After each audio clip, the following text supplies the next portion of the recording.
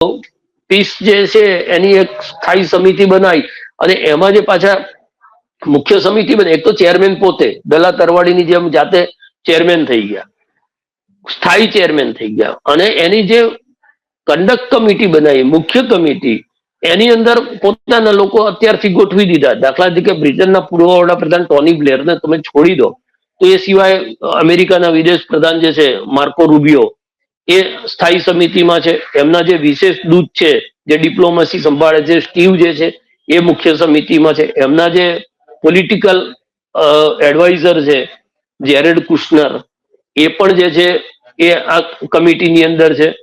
એમણે એક ઉદ્યોગપતિ છે માર્ક રોવાન છે, એમને પણ આ સ્થાયી સમિતિમાં મૂક્યું છે.